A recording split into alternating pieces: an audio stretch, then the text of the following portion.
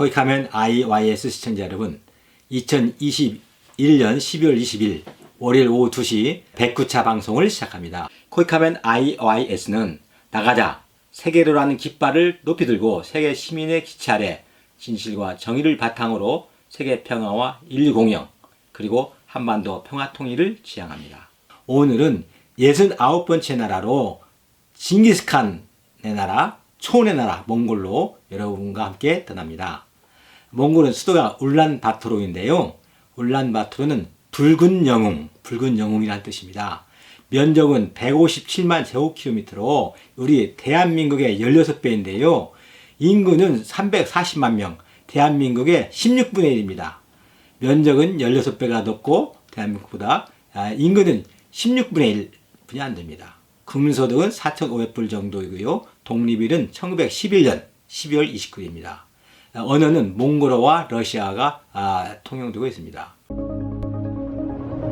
몽골의 지도와 국기 그리고 국장 한번 보시죠. 몽골은 러시아와 중국으로 둘러싸인 내륙국입니다. 서쪽은 알타이 산맥, 동쪽은 초원, 남쪽은 고비 사막, 북쪽은 타이가 산림으로 시베리아로 이어져 있죠.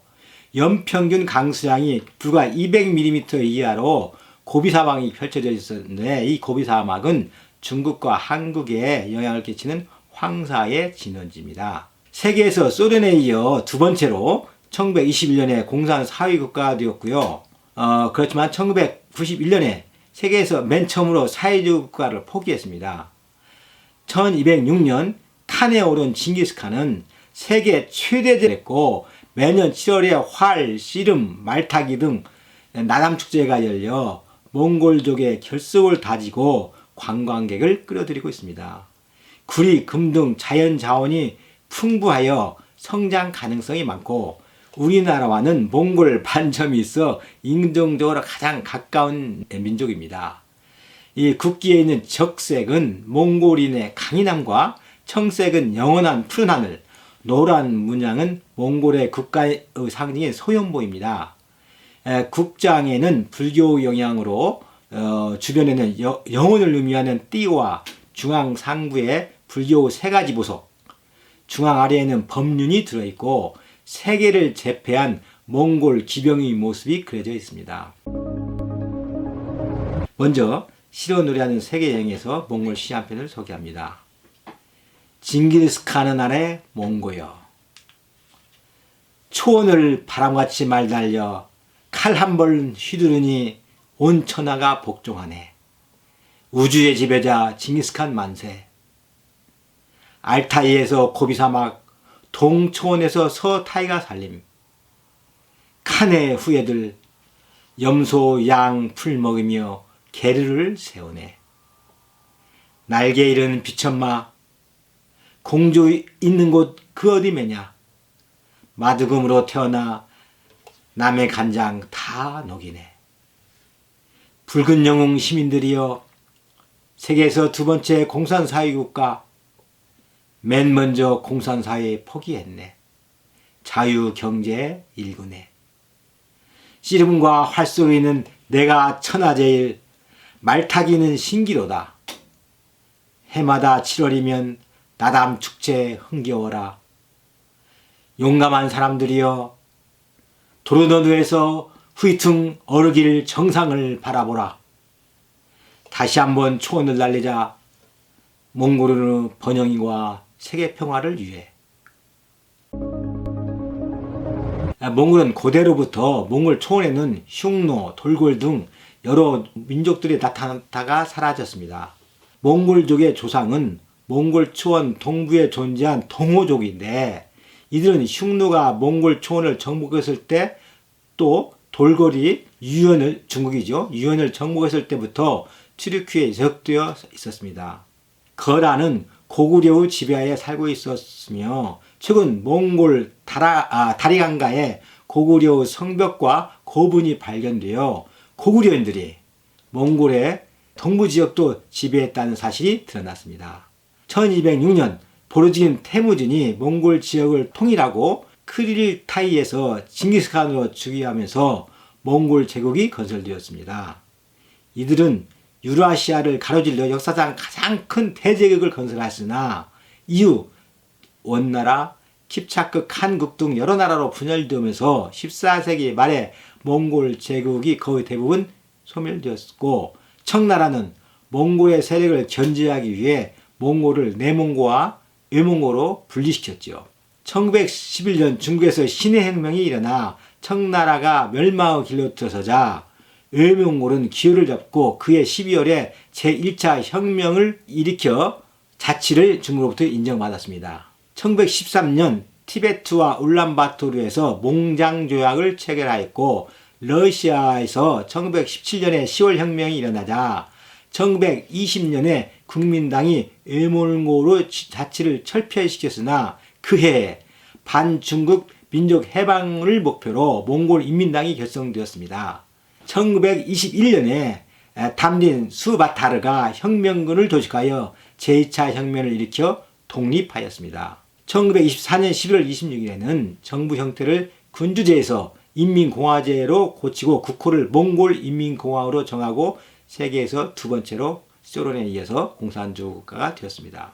그 소련의 몽골에 대한 영향력이 강화되었고, 몽골은 중소 국경 분쟁 발생 시 소련을 지원하였습니다. 1991년 말에 민주화 혁명이 일어났고 1922년 2월에 복수정당제를 원칙으로 하는 헌법을 채택했습니다. 또한 계획경제, 공산경제제를 폐기하고 혼합경제정책을 도입하였습니다.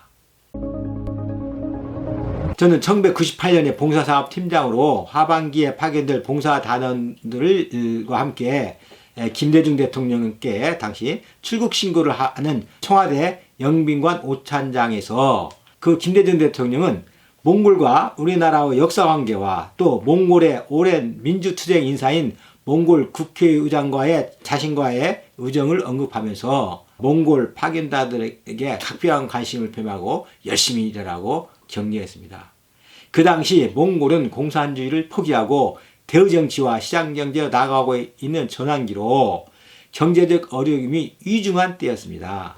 또한 당시 몽골은 춥고 긴 겨울을 이겨나갈 식량이나 에너지가 크게 부족하여 몹시 어려운 상황이었죠. 그래서 김대중 대통령이나 우리 코이카도 몽골에 큰 관심을 갖고 IMF 위기 속에서도 협력단 예산이 삭감됐으나 몽골에 대한 지원 예산은 확대되어 5개 프로젝트 사업을 신규로 추진하였습니다. 그때 저는 프로젝트 팀장으로 옮겨서 몽골을 여러 차례 방문하고 한방병원 건립, 혈액센터 건립, 신장 이식센터 건립 사업, 직업훈련원 건립, 법의학 연구소 건립, 그런 사업들에 대한 지원 협정을 직접 제가 체결하고 사업을 활발하게 추진하였습니다.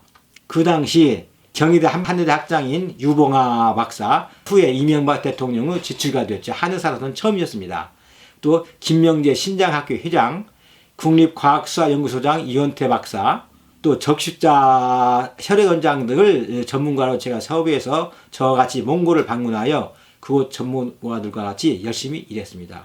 당시 코이카 소장은 권영은 소장이었는데요. 저 일행을 맞이하기에도 바쁜 일정이었으나 많은 사업을 차질 없이 현지에서 저를 지원해 주었습니다. 저는 그 과정에서 몽골 각 부처의 고위 관리들과 친구가 되었고, 저 또한 인종적으로 한민족과 가장 유사한 몽골인들에게 일종의 동족애를 느끼며 몽골을 위해 열심히 일했습니다. 서울에서 열렸던 1998년인데요. 봉사단 조정관 회의에 몽골 대표로 몽골 외교부의 감볼드 과장이 서울에 왔습니다. 그는 평양 대사관에서도 5년이나 근무한 바 있어 한국어가 능숙하고 우리 사정이 밝았습니다. 특히 그는 남북의 발전 차이를 눈여겨보고 시장 경제로 나서는 몽골의 길이 한국과 협력하는 것, 대한민국과 협력하는 길이라는 것을 확신을 갖고 있었습니다. 저는 그와 국가 발전 전략에 관해 많은 이야기를 나누고 그와 친구가 됐습니다. 저는 우리 집에 그를 여러 번 초대하여 보통 한국 사람들의 일상생활을 소개해 주기도 했습니다. 저는 그에게 그 이름이 강볼드니까요. 강발산이라는 한국식 이름을 지어줬는데 그는 그 일을 매우 좋아했습니다. 제가 한방병원 건립 등 여러 프로젝트 사업을 추진하기 위해 몽골을 방문하면 그가 울란바토르에 있을 때는 꼭 저를 찾아와 저와 이야기를 나눴습니다. 그런데 제가 현역단을 정령 퇴직한 2014년에 그가 주한 몽골 대사로 부임해 왔지요. 그는 나를 수시로 초청하고 또 우리 집을 여러 차례 방문하고 한국의 정치 사회 상황이나 경제 상황 등에 대해서 물어보고 저의 자문을 구했습니다. 제가 2017년도에 동국대학교 외교안보 최고의 과정 주임 교수로 활동할 때에 몽골 대사관을 우리 원우들과 같이 탐방하여 대사와 대화 및 문화 체험 시간을 주선하였습니다. 강볼두 대사는 직접 한몽 관계에 대하여 특강을 하고 몽골 전통 악기인 마등음을 전문가로부터 연주하고 또 몽골 음식을 선보이며 몽골 문화를 우리 원생들에게 홍보했지요. 강볼두 대사 한국 이름이 강발산이죠. 그 대사는 재임기간 동안에 5차례나 한몽 정상회담을 성사시키는 것을 비롯하여 수많은 정재계 인사, 고인사는 물론이고 많은 대학생들을 몽골과 한국 대학생들 교류시켜 한몽 교육 확대에 크게 공헌하였습니다. 또한 여러 대학에 나가 특강을 통하여 우리 젊은이들과 소통하였습니다. 그는 2019년도 초 주한 대사직을 끝으로 공직에서 물러났습니다. 거기 가면 IYS 시청자 여러분, 광활한 초원의 땅 몽골에 한번 다녀오시기 바랍니다. 다음 시간은 70번째 나라로 패션의 나라, 문화의 나라 프랑스 이야기로 여러분을 초대하겠습니다. 주위 전일문의들과 함께 시청해 주시기 바랍니다. 감사합니다.